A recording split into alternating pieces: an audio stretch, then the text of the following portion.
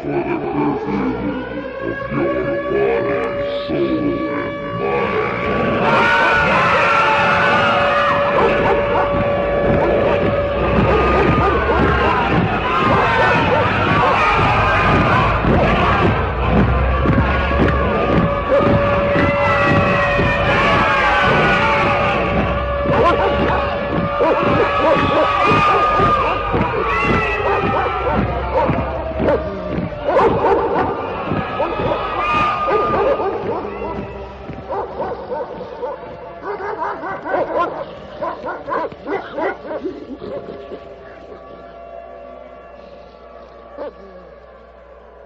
Across America and around the world, you're listening to the Hour of the Time, the only hour that ever was or ever will be, for during this hour you will decide your future and thus our collective futures. I'm your host, William Cooper. Everybody look back in that corner at the far side of the room where it's real dark behind that chair. I'm going to turn on a very, very bright light. And I want you all to watch the cockroaches scatter. For tonight, I'm going to read verbatim to you from a book that we found in a dusty shelf far back in the rear of a used bookstore that proves beyond any shadow of a doubt that what I've been revealing to you in the many segments of the series entitled The Mystery Schools on this program, The Hour of the Time, has been not only true, but right on target, and the first time that this information has ever been exposed in its entirety to the people of the world. Now, you had better go to the used bookstores in your cities, and you'd better get there before the cockroaches get there, because I tell you now, they know that we are searching for proof, and that we are digging for the evidence that we will use in the future to hang them by their own rope. You need to get there first and buy any and every book that is concerned with any and every secret society, mystery, religion, or cult that you can find. If you don't understand them, and if you don't want to use them to help us expose these people, then send those books to us, because we will put them to the best use. I'm holding in my hand an old, faded, what used to be red hardbacked covered book. It's almost orange now because it's faded with age, entitled Fundamental Laws, 68th Convocation. On the front of the cover is some of the symbology of the mystery schools. There is a rope representing the snake eating its own tail, also known as the magic circle. Within this magic circle, there is a triangle, actually 3 triangles, one within the other. Within the triangles, there's the symbol of the skull and bones. There's the symbol of wings around the world.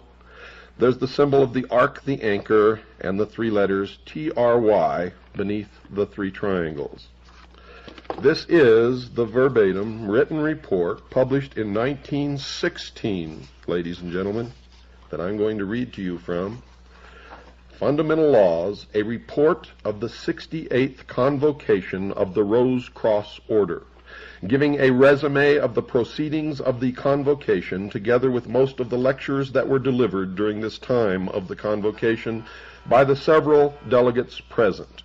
Also a report of the work of ancient initiation in the Grove of Osiris, as especially prepared for the occasion.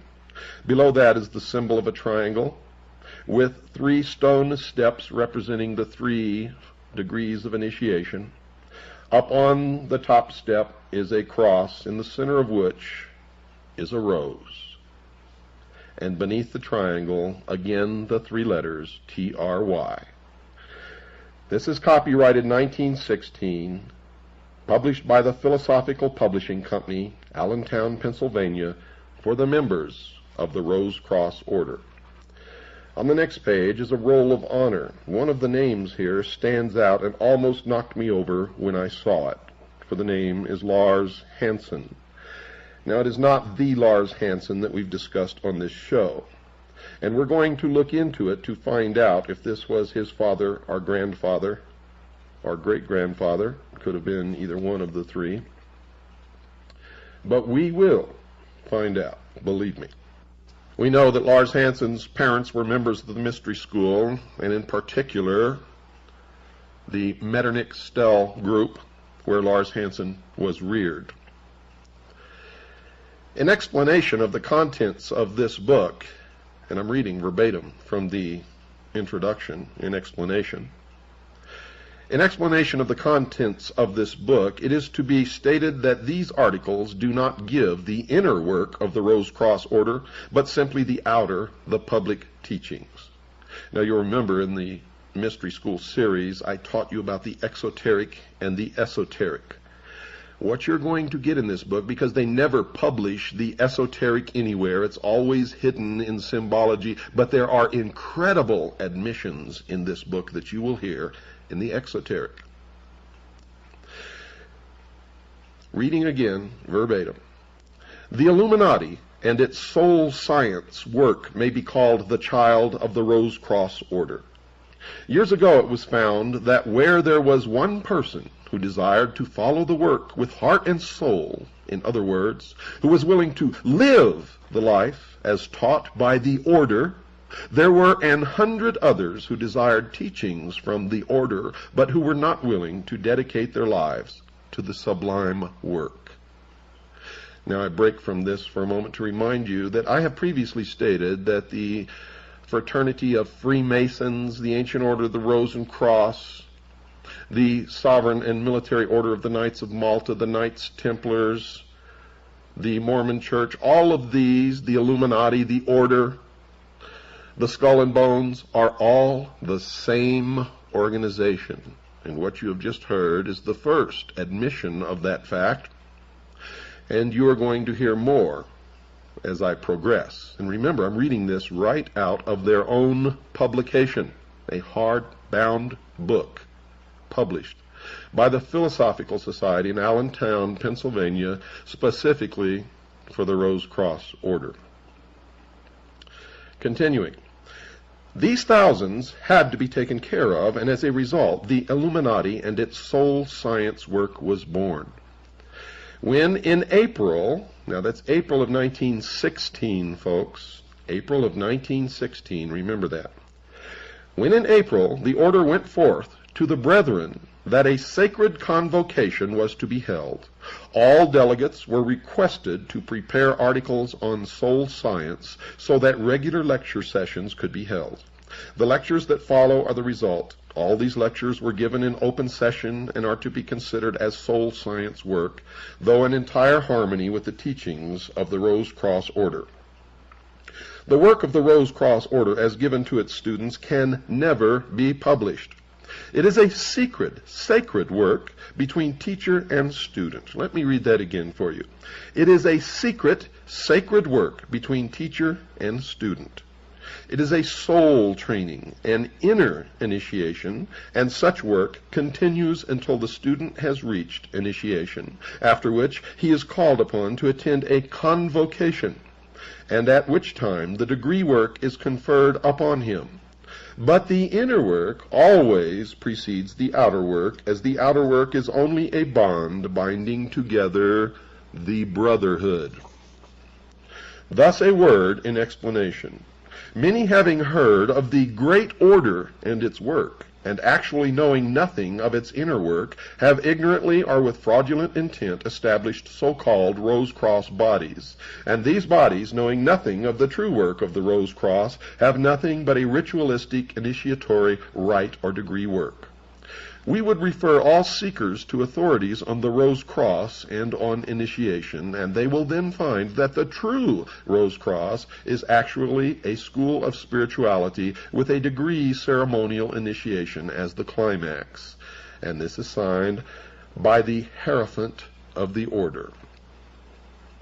In the preface, early in the summer, instructions were received from the hierarchies to call the inner circle of the Rose Cross Order into session, and thus to fitly celebrate the 68th year of the Rose Cross Order in America. Orders were immediately issued to those who have the privilege of attending this convocation, and on June the 1st, 1916, the convocation was called to order and the preliminary lectures were started. At this convocation, all delegates were instructed to prepare and to deliver articles which should have a bearing on the conditions of the present day and which should be the means of helping humanity. However, because of the limited amount of time at the disposal of those who could attend, only a few were enabled to prepare such lectures, with the results that there were not as many lectures delivered as might have been had the delegates had more time at their disposal.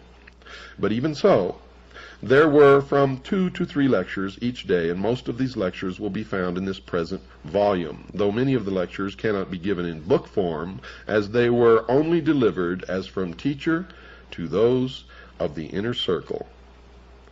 From the beginning of the month until the day of the 13th, there were lectures in the Assembly Hall, which had been built in 1910 for the express purpose of holding these yearly convocations. But on the 13th, there were no lectures, as all of the day was required for making the preparations necessary in order that the ancient mysteries might be given to the delegates in a form of symbolism consisting of 3 degrees. I can do no better than to give the article prepared by Grace K. Morey of Buffalo, New York, the secretary of the Rose Cross Sacred College for the Buffalo, New York papers, and which appeared in the Buffalo Express, July 16th, 1916. This is entitled Ancient Mysteries of Egypt Given in an Initiation of 3 Degrees. Pay close attention, folks, for what you're going to hear now confirms much of what I have been revealing to you in the series on the Hour of the Time known as the Mystery Schools. Quoting from the book once again, under the authority of the Rose Cross Order founded in America in 1858, prominent delegates of the order were gathered in the most remarkable conclave held during the last 5,000 years, the publication of whose records now opens to the world the connection of Egypt in her ages of true religion, power, and glory with the mystic seal of the United States, whose heraldic symbolism declaring the mighty destiny of America has until now only been known to a limited number. Not anymore. At Beverly Hall, in the beautiful Tohickon Valley, about 4 miles from the town of Quakertown, men and women of all ranks of life and from all parts of the world, high masons and members of the Eastern Star, physicians, teachers, authors, and members of all denominations, inclusive of the Hebrew, all these assembled at the call of the Grand Master of the Rose Cross Order for the 68th Convocation. And that should silence the cockroaches who are now scurrying from the light, who say that they are not all one order. They are known as the Brotherhood, the Order, the Ancient Order of the Rose and Cross, the Fraternity of Freemasons, and, of course, those of you who have been listening know the rest. Reading again from the book, some years ago, R. Swinburne Clymer, author of The Philosophy of Fire, Ancient Mystic Oriental Masonry, The Rosicrucians, Their Teachings, Mysteries of Osiris, Soul Science and Immortality, and over 30 other works, bought a mountainous tract of land, and on this was built, quote, Beverly Hall, unquote, an assembly hall, press rooms and libraries and chemical laboratory, which surrounded by orchards, vineyards, and rose gardens, set in terraced lawns, presents with its collie kennels and poultry plants a splendid combination of the beautiful and the practical. To this has been added the mystic, for in a secluded and wooded tract of 50 acres of this land, an artificial lake was made from a mountain stream, a throne room erected, and other improvements made which would be needed for the initiation of neophytes in the Egyptian mysteries.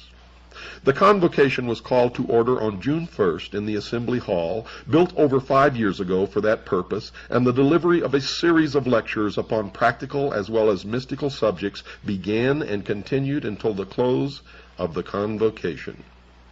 The delegates and teachers presented the lectures, which were followed by discussions upon the subjects of eugenics, scientific motherhood, code of ethics for the schools and home, spiritual Christianity, that's a joke, personal hygiene, diet and health, sin, authority and individuality, Jacob's ladder, initiation, reincarnation, soul development, the second coming of the Christ, and the mystic significance of the seal of the United States. In the time of Solomon, as in the time of the Egyptian priesthood, no ceremony was ever held unless the circle of Solomon, commonly called the sacred seal of Solomon, had been previously prepared. But since the fall of Egypt and of the Temple of Solomon, this seal has been practically unknown, except to a limited number of students of ancient religions and mysteries. Folks, the seal of Solomon is not the six-pointed star which is on the flag of Israel. It is not the seal of David or the Star of David. It is not the seal of Solomon, as you will soon discover.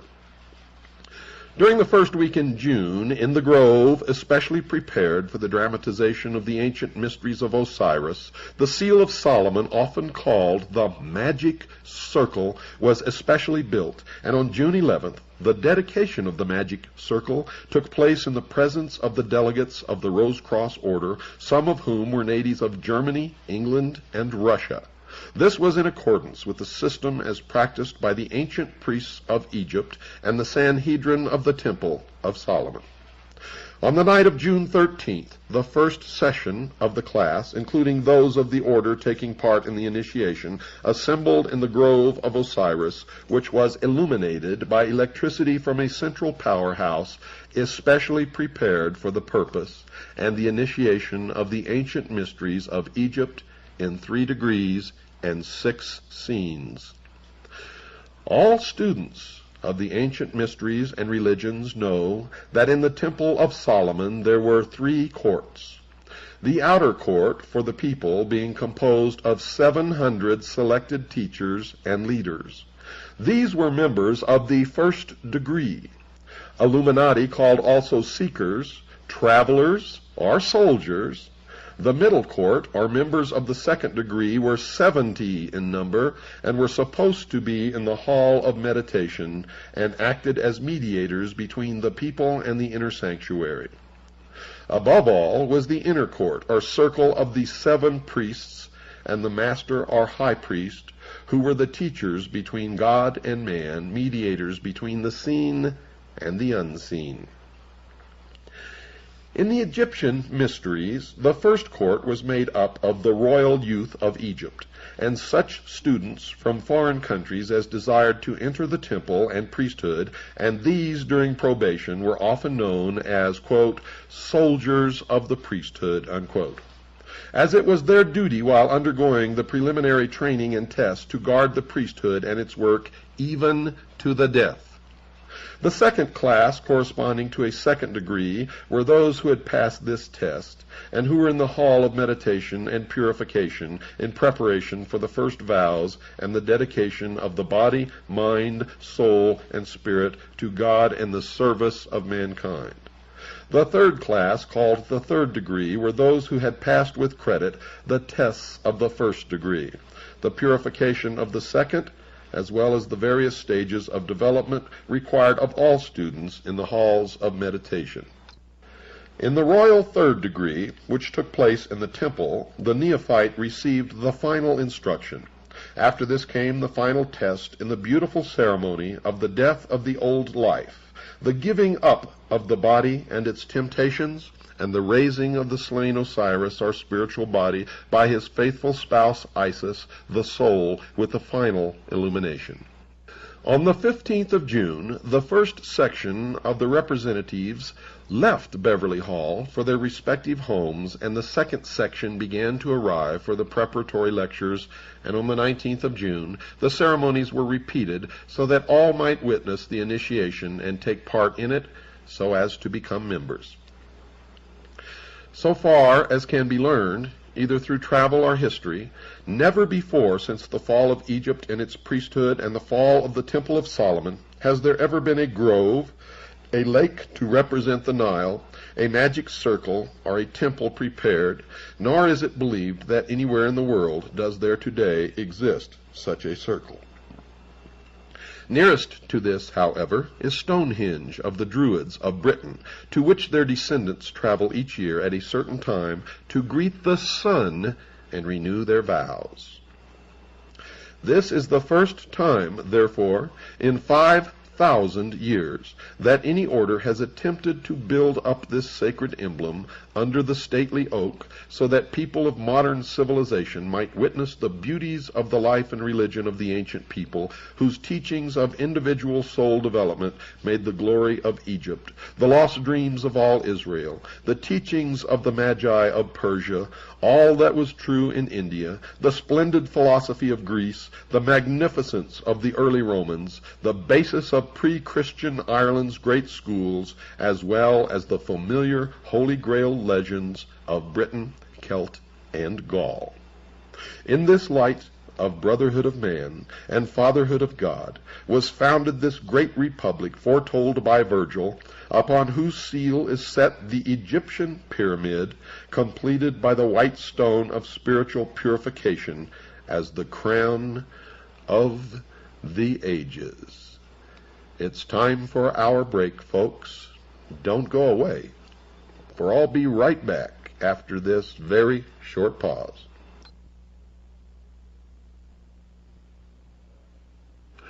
Well, I see some of you still have not called Swiss America Trading Corporation, and I can't help but wonder why not. What's holding you back? You profess to really get good, solid information from this show. You are all concerned about the coming economic collapse, and it is coming. You want to know how to protect your assets, and we've done everything we can to get you to call Swiss America Trading so that you can prepare for what's coming. Now, they have all the recommended investments that we've given you on this program. They have some that we don't recommend, and they have some that we don't know anything about. It's your money. You have to decide what you're going to do with it. But what I'm telling you, folks, is we've checked these people out. We've checked out Swiss America Trading. They're just like you and I. They're patriots. They care about this country. They backed this show when no one else would have done it. They need your business, and you need their help to survive the coming economic trauma. So pick up the phone right this moment. Don't wait. Pick it up now. Call Swiss America Trading at 1-800-289-2646.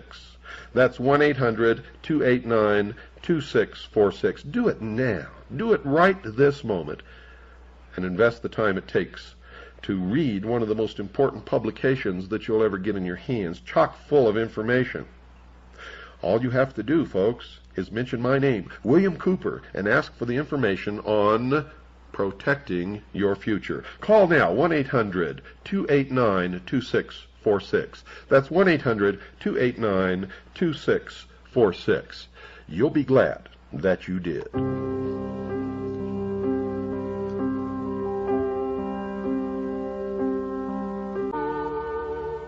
In the winter, far beneath the snow, lies a seed that with the sun's love becomes the rose. Only those of you who have listened to the full series of broadcasts on the hour of the time of the mystery schools will understand exactly what that means.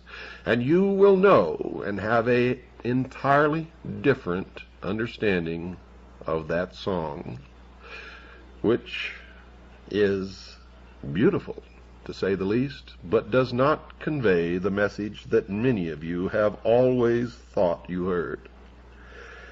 You see, the mystery schools speak to each other in symbology, in a symbolic language that they have learned to use over the millennia to hide their real secrets, their real intent, their real work, which has always been from the beginning to reestablish on this earth an ancient government ruled by a council of wise men, a benevolent despotism, a one-world totalitarian socialist government. Don't ever forget that, folks. If you love being free, the New World Order utopia is not for you, and it certainly is not for me. Continuing now from the book entitled Fundamental Laws, the publication of a report of the 68th Convocation of the Rose Cross Order, during which they admit the existence of the Illuminati, they admit the existence of the Order, they admit the existence of the Brotherhood, they admit that all of these secret organizations, including Freemasonry, are all the same organization, all working toward the same goal. An incredible admission printed in their own publication, a hardbound book found up on a dusty shelf way back in the rear corner of an old used bookstore.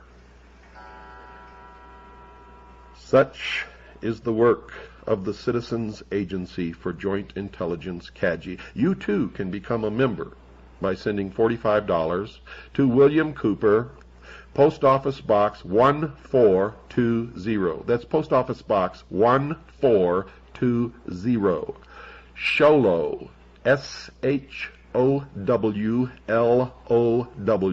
That's Sholow, Arizona, 85901.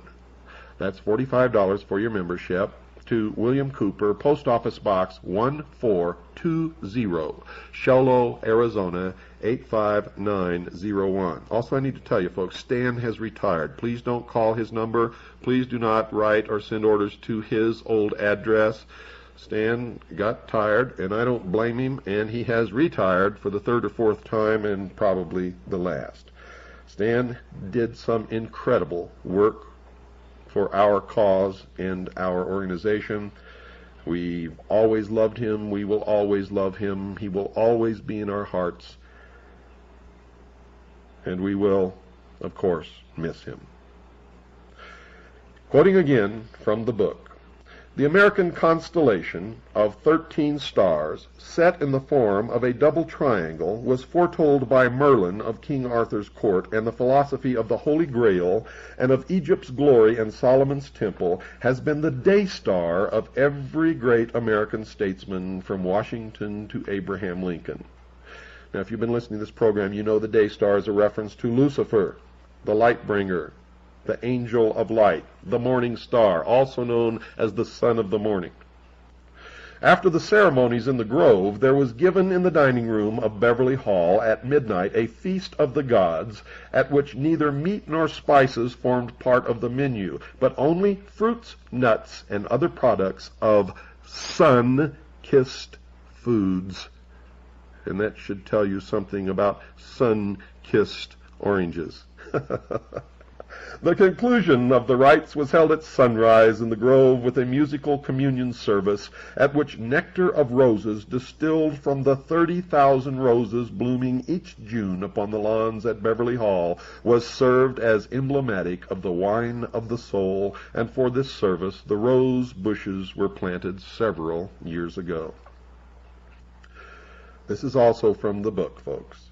I wish that all the readers of this book might have been present at the preparation, at the building, and at the dedication of this ancient magic circle. Or I wish that I might be able to give a detailed description of these sublime ceremonies in this book. However, I cannot do this here, though I hope that in some future work I will be able to do so. Sufficient be it to say that when the stone, made out of cement by one of the brothers, was nearly finished, the dedication took place, and the emblems placed in the stone itself before it was completed were the American Beauty Rose in full bloom. This as a representation or symbol of the soul that has reached full illumination. The mystic ring. This was a solid gold ring belonging to one of the members present, upon which had been engraved the cross and the pentagram. All members of the Magi will know what this symbol stands for. The ring itself, as is known to the Magi, is a protecting agent against all evil or malignant influences when worn during any ceremonial or developing work. And the true magic mirror. This is an emblem of the soul, which when fully developed will act as a mirror to the universe, wherein may be wisdom and truth. Lastly, a complete copy of the private textbook entitled, quote, Ritualistic Occultism, unquote, which contains the ceremonies as made use of by the Magi. And 4 of these ceremonials were made use of by 4 of the Magi in the dedication of the magic circle. When all of this had taken place, the stone was completed, and then later in the day the characters were engraved upon the stone by the brother who had completed the stone. Of the midnight feast to the gods, and of the morning services which took place in the grove, it is not lawful for me to speak at this time. But it is my sincere prayer that all who are enrolled in the sacred schools may someday be present with us and witness these sublime ceremonies, especially as they are conferred in the spring of the year. In the spring of the year. Arrangements were made by the delegates present through voluntary contributions to either buy another large grove, or if that is found impracticable, to build a much larger hall in the Grove of Osiris, so that advanced ceremonies may be held the coming spring at the 69th Convocation of the Rose Cross Order. Now I'm going to reveal something to you that I have never told you before on this program. I've been working up to it, and now is the time to tell you before I read from the next section of this book. For then you will understand what has been happening in the last 50 years and what is happening now. It was Harry Truman, a 33rd degree Freemason, who signed the United Nations Treaty, who pushed through and signed the United Nations Participation Act. It was also Harry Truman, a 33rd degree Freemason, operating in concert with Wild Bill Donovan, the head of the OSS, a member of the Sovereign and Military Order of the Knights of Malta and of the Order of the Knights Templar, who created the National Security Act, pushed it through Congress. Harry Truman signed it. It created the umbrella of national security, a curtain of secrecy. It created the Central Intelligence Agency, and behind this curtain of secrecy, the secret societies have been working to destroy the sovereignty of all nations and bring about a one-world totalitarian socialist government. And folks, all of the bugaboo enemies that you've been afraid of all your life were never enemies at all. For these were deceptions, manipulations. The only enemy, folks, that the people of the world have ever had is right here in this country, down at the corner in your town, in the temple that has no windows. And now, reading again from the book, the report from the 68th Convocation of the Order of the Rose Cross. Introduction to the Great Seal. It is rather a strange and an unknown thing for one to write an introduction to a single chapter appearing in a book, but the conditions are so unusual as to warrant it. More than a year ago, Grace K. Morey, the author of the article, The Great Seal of the United States and Its Mystic Significance, prepared a sketch for a short primer of the Illuminati teachings. And in this sketch, as will be shown by the drawings, it was brought out that man is not only a threefold being, but that he is actually a fourfold being as well.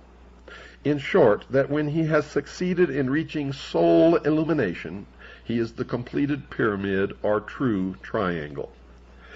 If the student will give serious study to the article on the seal of the United States, he will find that on the reverse side of the seal, which is as yet uncut, there is to be found the pyramid, but with the capstone as yet not placed, and thus he will see that the philosophy of the Illuminati is the absolute and undeniable philosophy upon which these United States are founded, as is clearly indicated by our fourfold philosophy, by the drawings representing our philosophy, and by the drawings of the reverse side of the United States seal. And thus it would appear that the unseen hierarchies which shaped the foundation of the great republic which must some day rule the world are the same hierarchies which gave us the soul science philosophy as taught by the Illuminati. And now you know why what has happened in this country has happened, and you now know why what is happening today is happening, and you now know why on the reverse of the Great Seal of the United States are the words Novus Ordo Seclorum, which literally translated means the new order of the ages, also known, ladies and gentlemen, as the New World Order. But I won't let you rest with that shock. Listen to this, dear listeners. Hold on to your chairs, because the incredible admission that is coming to you right out of the pages of this book is going to knock you flat. Reading again from the book. And thus it would appear that the unseen hierarchies which shape the foundation of the great republic which must someday rule the world are the same hierarchies which gave us the soul science philosophy as taught by the Illuminati. And now let us look into the future, not far, but just beyond the line. We find that scholars condemn the design of the reverse side of the United States seal, that it has never been cut, but has remained hidden as though it were something to be ashamed of. However, though this appears the truth, it is not the truth.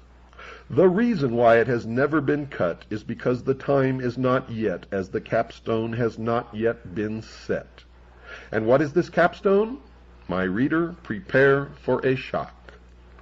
When Atlantis ruled the world, that which is now America was connected with Egypt by what is now Mexico, and in Mexico and the territory of Yucatan there is a pyramid in which the fire philosophers worshipped God as divine fire and life in like manner as did the initiates of Egypt, for the two were then one. America is not complete, and will not be complete, cannot be complete, until Mexico is again part of America as she was in the long ago. And when Mexico is once again a part of the United States, then will the capstone have been set on the pyramid, and the reverse side of the United States seal will be cut. Thus you will see that the soul science primer with its drawings is but the beginning of the article concerning the seal of the United States, while the article on body, mind, spirit, and soul is the final thereof. May it not be long until the Holy Pyramid shall be completed, and may it be completed without the shedding of blood. Lovingly given, R. Swinburne Clymer, Beverly Hall, Quakertown, Pennsylvania, July 6th, 1916. And now you know the final truth, ladies and gentlemen. Now you know the purpose of the free trade agreements. Now you know the purpose of GATT and NAFTA. Now you know where we're headed. Now you know that the middle class in this country is doomed. Now you know that the New World Order is being brought about by the intelligence community and the secret societies whose headquarters are in the United States of America, just 13 blocks from the White House. Now you know, in the incredible admissions in their own writing in this book published by the Ancient Order of the Rose and Cross, now you know that the Illuminati is real, that Freemasonry is a part of the Illuminati, that the Rose and Cross is a part of the Illuminati, that they are also called the Order, the Brotherhood, that they also consist of the Knights Templars, they also consist of the Knights of Malta, and all of the other secret societies whose organizational structure is in the shape of a pyramid, with a few at the top who really know what the great work and the great plan is, and a whole bunch of slathering idiots thirsting after the secrets on the bottom who will never, ever know anything. Are the cockroaches scattering? If this broadcast doesn't do it, nothing will. If this doesn't wake you up, ladies and gentlemen, nothing will. If you don't understand now the 18 hours of the series that I've aired on the mystery schools, you will never understand it now or in the future. If you don't know where we're headed now, then you never will. If you are not concerned now, then you have already placed the chains upon your ankles and you have already watched freedom fly. If this broadcast does not do it, nothing will. This is the last voice of freedom. This is the only revelatory media source in the world today. The hour of the time is the only outlet for truth left upon this earth. Ladies and gentlemen, what you have heard tonight is the final parting of the curtain. It is the opening of the last door that was to be opened. It is the final understanding of where we have been, where we are at, and where we are going. It is the light. It is the illumination in the darkest corners. You are looking at the forbidden fruit.